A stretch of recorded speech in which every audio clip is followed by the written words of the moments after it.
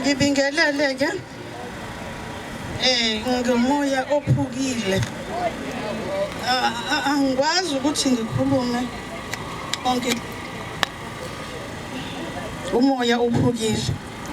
ngumama ohlala eElwin Court lapha eElwin Court sengineminyaka ngihlala khona kwafika umlungu lapha engangamazi wathi siyakweleta sikweleta into esingayaziyo emva kwalokho wathumela abantu sasikhishwa ngebhanki lene ribbon e8 kuthe kusenjalo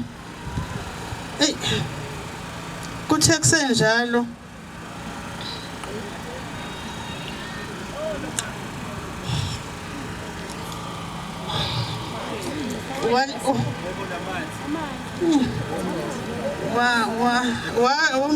umlungu lo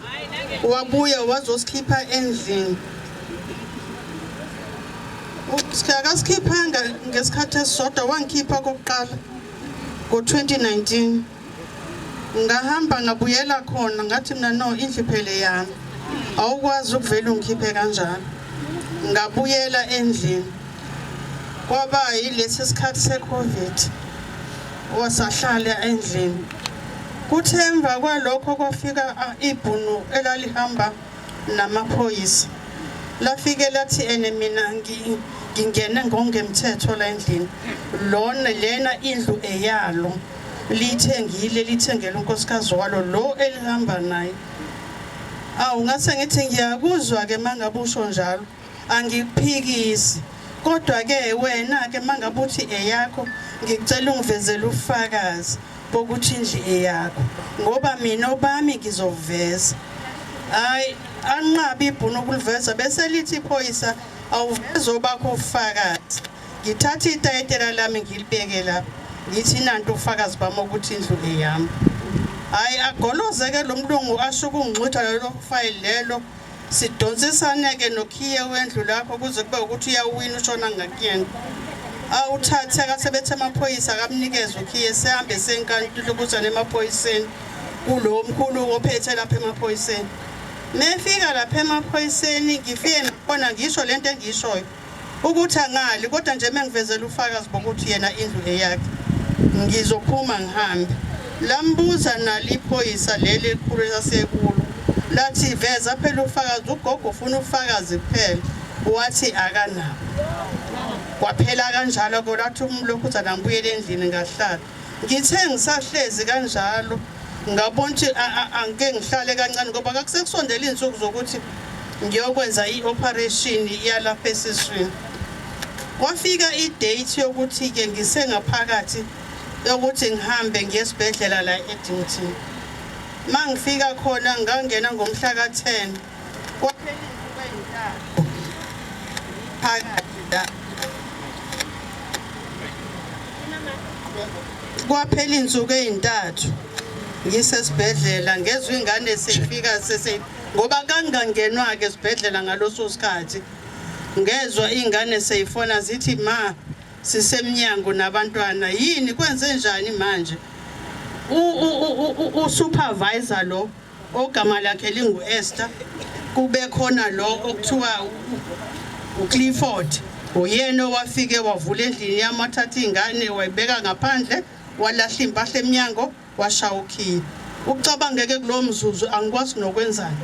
ngisesibhedlela zantazi ingane azazi ukuthi izobhekaphi ngathi mangiphuma lapha esibhedlela ngoba ngahlala inyanga namasonto amathathu mangiphuma akukho la ngizobuyela khona ngancediswa umakhelwane engaze ngasindela kuyena owase5 e513 wangihlalisa ke ngaze kwathi ngoba angikwazi nokwenzani kwaze kwangcono ukuthi ngikwazi ukuthi ngilulame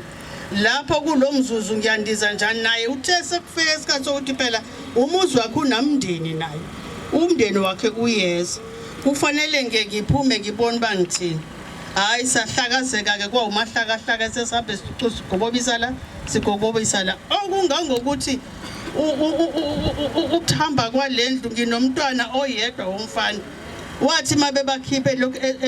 esikhipha lapha yana bantwana bami nizoshona phi wathi ma asazi ngoba nalapho ngikhona ngikwazi ukuthi nginibeke wathi uyohlala nomngani wakhe Mehlala nomngani wakhe nange sephenduka ephara umntanami usemgaqweni kumanje ulala phansi kwebridge. Ngithi ngisabathe heke nakho ke nangumzukulu wami.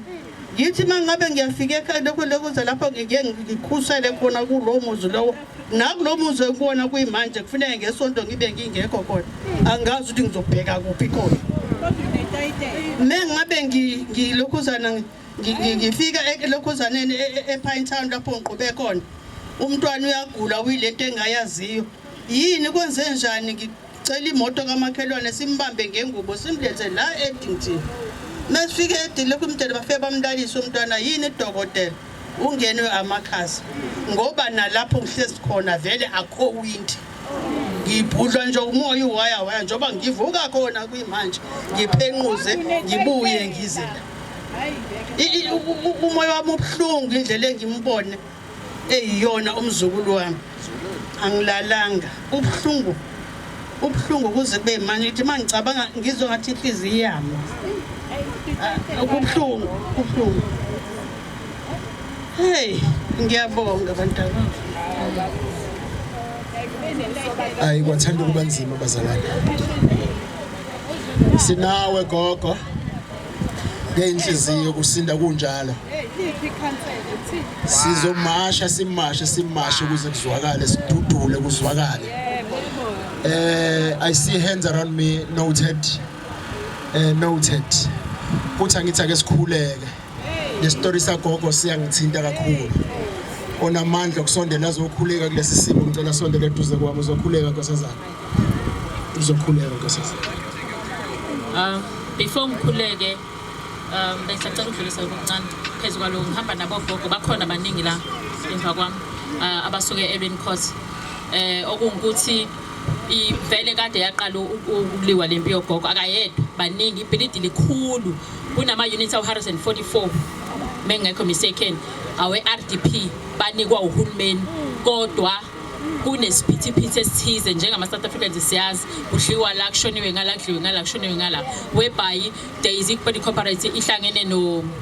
ihlangene ne-supervisor yakhona babhizi badayisa ama-flat ogogo bese befaka ama-foreign dayisa i-flat shwayela kabi ya ukuthi bengisabhizi khona abanye ogogo bengisayobalanda manje angazi noma ugogo bekumentionile nalokho Lethe kodwa ngicela ke ilenzakalayo bayafike badayise ama-flat ogogo bafaka ama-foreign bese yarent masishwayela badayise kabi ogogo bese kuyarent. That's what is happening laphaya.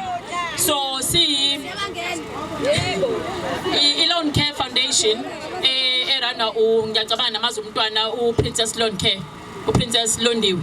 yeah seyiduduliwe le yanto nathi bese odudula ngala seyidudulile naye baze baboshwa iPrincess yaboshwa iboshwa namasosha nogogo baboshwa ngani nomushilo yini beke baboshwa ogogo balala estocksini kwaboshwa amasosha kwaboshwa iPrincess yonke uLondiwe waboshwa bahlala estocksini baboshwa for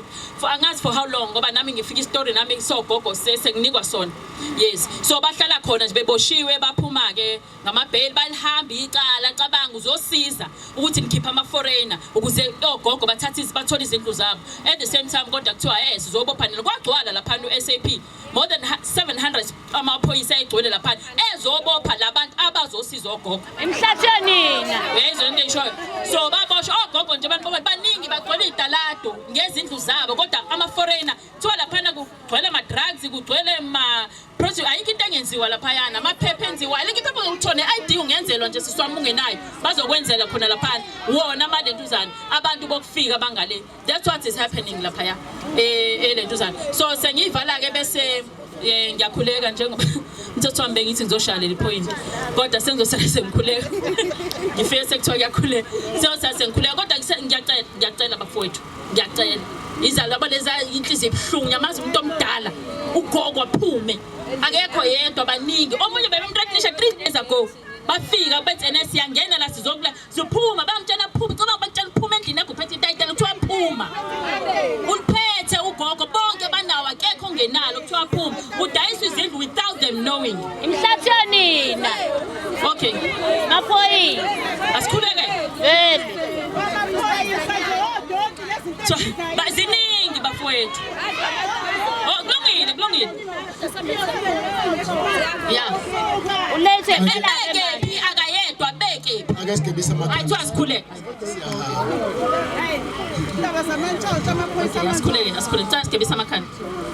Spirits of the living God, we thank you. We give you all the glory, honor, and adoration. We worship you for who you are and what you represent in our lives. We thank you, Nkulunkulu namandla ngazo zonke izinto othe wasenzela zona. Siphinde sibonge Jehova ngokuthi usilethelele abantu ke Nkulunkulu babona amandla lapha eKwaZulu Natal Jehova bezosisiza Nkosi sami ngazo zonke inkinga ezobe sibhekene nazo. Sesicela umoya wakho ke Nkulunkulu wabamandla uthele ngaphezulu kwabo ke. Yazi yabhlungu indaba umuntu ayizwa ngogogo. So uthe ugogo ekhuluma indaba yakhe ngaleso sikhathi ngifonele irepresentative ehlala kwa-Human Settlements in National Parliament. He said that angemnikeza ama-details ngimtshele ukuthi how urgent the matter is. Uthi angemnikeza ama-details uzokhuluma nama-HODs aka-Human Settlements bese resolve i-matter. So ama-details ogogo abanenkinga so athatha manje will make means ukuthi siye nabo lapho kumele bethi nalo emetha khona bethola izindlu zabo. Ngiyaqinisekisa futhi ukuthi angihlali kuyi-portfolio committee ka-Human Settlements kodwa as a member of parliament all matters that pertain to citizens of this country we all have an obligation to deal with those matters. So akusiyo indaba engizoyidlulisela kuza kwethu ohlala kulelo portfolio committee kuphela kodwa indaba nami engizoyilandelela engiyibophezela kuyona ukuthi next time we meet we'll give feedback progressive ne positive kule matter kagogo sizoyilungisa enasixolisa ngalokho amandla awetho. So asiselanga la ukuzoba ama spectators kodwa sizelela ukuba ama solutions, sizelela ukuba i mouthpiece yabantu bakithi, sizelela ukuzosupporta ngokuphelele hayi ngokuzofuna ithombe kuphela. Siyabonga.